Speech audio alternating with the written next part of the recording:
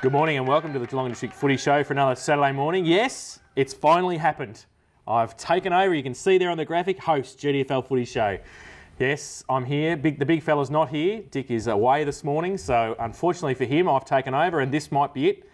Looking towards the final series, I think I might just sit here and he can go at the other end of the desk. But we'll just see how he goes with that next week. I suspect I'll be back where I should be. Good morning, Dale Smith. How are you? Mate, I'm very well. And I was just going to say, Dick has thinned out a bit, but no, it's only you, Joe. So no, you're right. Dick will be out there, no doubt. He'll be enjoying this afternoon, or this afternoon's football anyway. But this might have been a bit lazy getting out of bed this morning. Yes, I think so. I think he might be under what we used to call the doona of life. Oh, life or love? Well, we toned it down. We used to call it the love, and then people got a bit annoyed. So it's the doona of life now. So we think he's under there. So, Dick, I hope you're enjoying yourself this morning, and we'll see you back next week. But we had a big round last weekend, round 17, the penultimate round of the home and away series for the Geelong District Football League this year. And Winchelsea defeated Anarchy by 53 points. Good win for the Blues against the Roos. Bellpost Hill in the match of the day against Thompson, it was pretty one-sided, especially after half-time. Bellpost Hill big winners over the Tigers by 79 points. Werribee Centrals defeated Inverleigh in a closer game than normal by 26 points. Most people would have thought Werribee were going to be pretty easy winners there, but Inverleigh did pretty well. East Geelong also in a bit of a closer game than some people would have thought against the Belmont Lions, won by 61 points.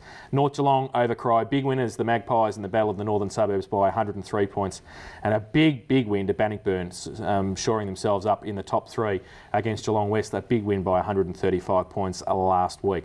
Before we have a look at what's happening in round 18 and a few bits and pieces from the ladder and also some other things, we'll go to a couple of interviews that we did last week after the match of the day. Between Bellpost Hill and Thompson. First up, Thompson ruckman Jeremy Babb is talking to Cal Lowther. Disappointing loss today, but you must be really happy with how young players played. Yeah, obviously disappointing to miss out on finals, but this year it's been about rebuilding, and I think we've had probably 5 or 6 of the under-18 kids come up and they've held their spots really well, which is a pleasing sign for us. So, yeah. Are you confident in the next couple of years that you'll be able to find your way back into the finals and possibly have a go at the premiership?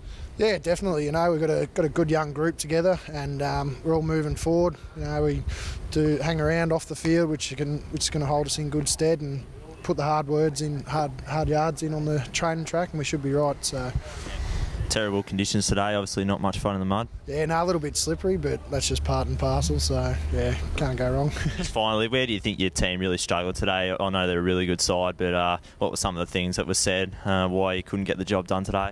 Yeah, I think just probably chop the ball over coming out of the back line and moving forward. So, we had plenty of it in that first half, just couldn't capitalise on the scoreboard. But, these things happen, and, that's it.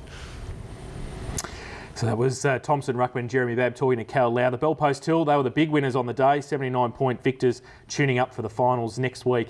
And Cal was also able to talk to backman Brad Martin. It's been really impressed with how the boys went about it. Yeah, definitely. I mean, we set ourselves to come in today and really take it up to Thompson, knowing that it was obviously their last chance to have a crack at the finals. So, yeah, real impressed. I just wanted to ask you about the players. Do you think there's a real belief this year that you've got the right systems in place, and especially with the depth, that you'll be able to go all the way? Yeah, definitely. I mean, obviously what we've been through the last probably 3 or 4 years, which builded with having coaches of the past coming through and putting a group together. We've brought in some extra players, and they're just really gelling and just that extra effort to work for each other and hard on the field. So, what do you think about the amount of depth that your club has? Is it something that you've ever seen before at this sort of level? It's just, you seem to have 6 or 7 players that could be in the senior side but are struggling to break in. Yeah, definitely. I mean, we've got some quality players that have played GFL football at the top level for 10 years and dominated running around in a reserves team. So, yeah, we can only have so many on-ballers in the team. So, a lot of them seem that on-ball type and everything. So, but there's nothing wrong with having depth. So, yeah. And just finally, looking forward to next week against East, just a good chance to show your credentials once again. Yeah, definitely. I mean, we played them early in the year, so and did all right against them. So I mean, they're going to be keen as mustard to do well against us. Obviously, with the out the final, and obviously we're going to be keen as well. So, all right. Thanks very much, Brad. No worries. So there's Brad Martin talking to Cal Lowther on Saturday after the game. Big winners over Thompson, as we said, by 79 points. Dale, we saw the midfield there, the middle of the ground. It wasn't the best ground we've seen on Saturday, was it, the middle? Yeah, look, it was pretty ordinary in the Geelong West ground earlier in the day. We went out there and played in the morning. That was pretty much the same, but I just, for the life of me, still can't work out why they couldn't have actually dragged the ball out of the middle of the ground to ball it up, and probably half the play that was in there wouldn't have even eventuated through that area. So maybe that's something to look forward to. I know St Albans a completely different proposition, but common sense has got to prevail somewhere. It's tough on the legs probably 2 weeks before the finals too, isn't it? Especially for the midfielders for Belpost Hill running through there. It was a tough going for 4 quarters. Well, it will be, and that's one thing I suppose they've got to come up this week.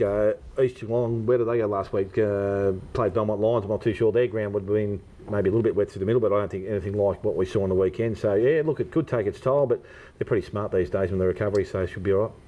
As Brad Martin said in the interview, the ladder shows that it's all done and dusted now. Thompson's last chance on Saturday is now gone, so the top 5 is settled, and Werribee Central's on top. Belpost Hill and Bannockburn, the double chance, Dale, and then East Geelong and North Geelong making up the top 5. That's going to be it for finals. Yeah, no doubt about it. Now it's all set and dusted, settled in dust, I should suppose. It's going to be very interesting to see what does happen the following week. But at this stage, you would think that the only thing that probably could happen is Belpost Hill may lose that position, but I can't see East Geelong beating them at this stage. And as we said, Thompson, they've done pretty well to get to 6th position on the ladder after losing a lot of players from last year. And there's a couple of teams probably underneath them a little bit disappointing. Inverleigh especially probably after what people were talking about pre-season. Yeah, look, I think that's probably the case. I think Thompson probably surprised most of us to get to where they were at this stage, or at this stage of the year, and 10 wins is a pretty good effort. But Inverleigh, Winchelsea and Anarchy at different times during the year really looked like they may threaten for that top 5 position, but fell off during the middle part of the season. So just goes to show that you need to continue to work, and those games during that part of the year become very, very important. So they'll have some work to do over some of those teams. So there you see the ladder. Werribee Centrals, Belpost Hill, Bannockburn, the top 3 there with the double chance. East Geelong and North Geelong locked into play in the elimination final next Sunday. So they'll be tuning up on this afternoon's games in round 18 to see what might transpire next week. We'll take a break. When we come back, we'll have Dale's under-18s. We'll also have plenty more and look ahead towards round 18 games this afternoon. A quick look towards the Whitley Medal. It's happening in a couple of weeks' time as well. And also have a look at who's leading the goal kicking and a look at also who might be playing in the finals for the under-18 as well. Plenty more to come. Stay tuned. Back after this.